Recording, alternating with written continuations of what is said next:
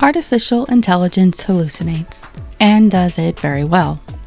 While it may at times be corrected, other times the AI will double down and insist that it is correct, even when the human user informs it that it is very much wrong. So what are some of the most embarrassing, problematic, or funny AI hallucinations?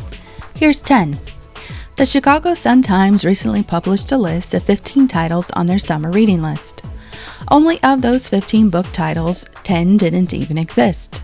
Both the titles and the synopses were nothing more than an AI's hallucination, although the books were attributed to real authors. As for the remaining 5 titles on the list, those books do exist but are odd choices, as in one is a random novel published in the 1950s. So how did this random collection of non-existent or bizarre titles end up in an actual published newspaper? Well, no one is rushing to claim responsibility, as all the humans involved are blame shifting, a wonderfully human trait that became popular in the Garden of Eden.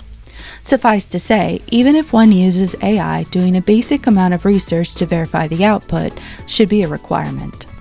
A nationally known whistleblower lawyer represented a plaintiff in a lawsuit. Slight problem. His documents contained sites that could not be found, cases that appeared not to exist, and quotations that did not exist in the cited cases. After opposing counsel flagged the discrepancies, the lawyer found himself up for a disciplinary hearing. The lawyer admitted that he was an early adopter of Gen AI and took responsibility for the errors. The judge in the case appreciated that the lawyer took responsibility for his mistakes. As a highly respected lawyer with an excellent track record, the judge was also inclined to show leniency. However, a less understanding judge or lawyer without the impressive career might have faced a very different outcome. One developer decided to amuse himself by ego surfing and seeing what an LLM had to say about him. He soon discovered that he was dead, at least according to the chatbot.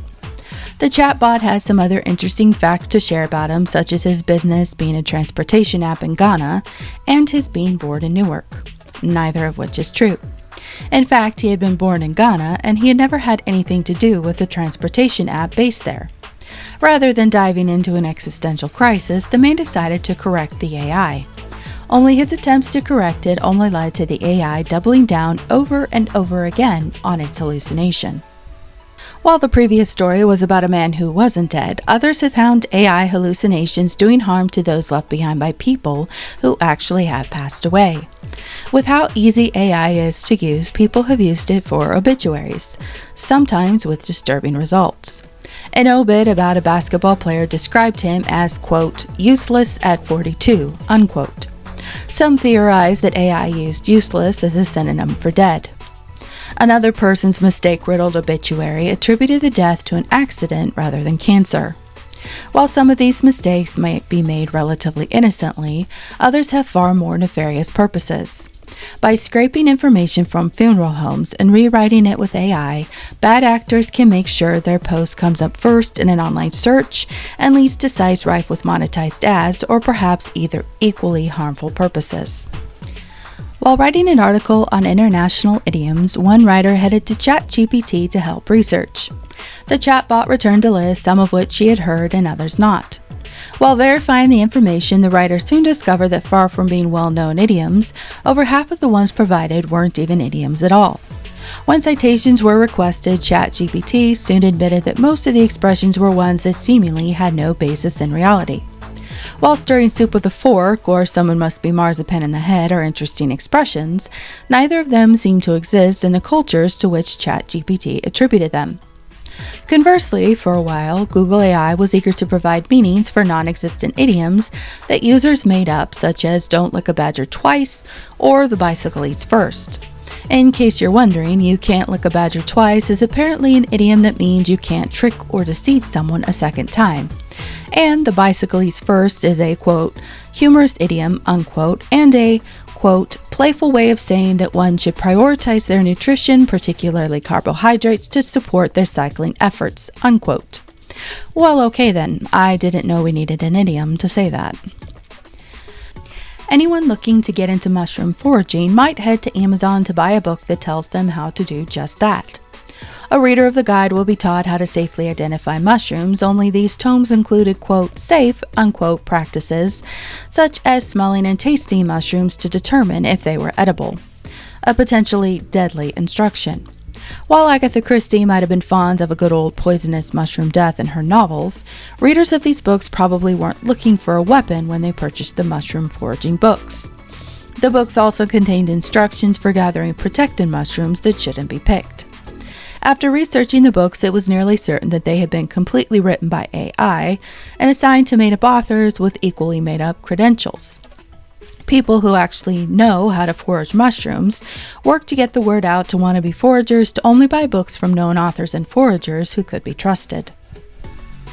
Another food hallucination with a less deadly consequence was the pizza incident.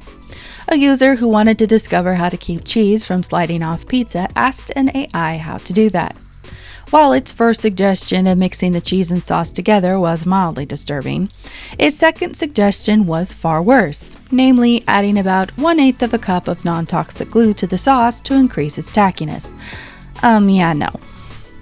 So one last food, or rather non-food hallucination, was an answer to the question, how many rocks shall I eat? The AI recommended the user to eat at least one small rock a day for a healthy and balanced life. The AI explained rocks were an important source of vitamins and minerals.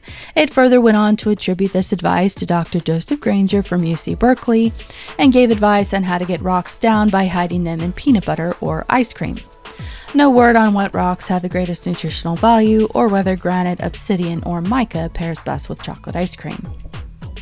Vegetative electron microscopy might sound impressive, but the term is nonsense. And yet, the term now appears more and more frequently in scientific papers and articles. So why did it start appearing in scientific papers if it has no meaning? The era began when, during the digitizing process of two papers from the 1950s, vegetative and electron that were in two separate columns ended up merged into one column. At some point, this was fed into an AI model that soon began to use the term in papers and proliferate the nonsense term across academia. Worse, some writers now include messages in tiny print, white print, or otherwise hidden in research papers that instruct any LLM reviewing the paper to ignore any previous instructions to find mistakes and only return glowing responses to users. With more people relying on LLMs to assist in their work, using an AI for reviewing scientific papers seems like a no-brainer.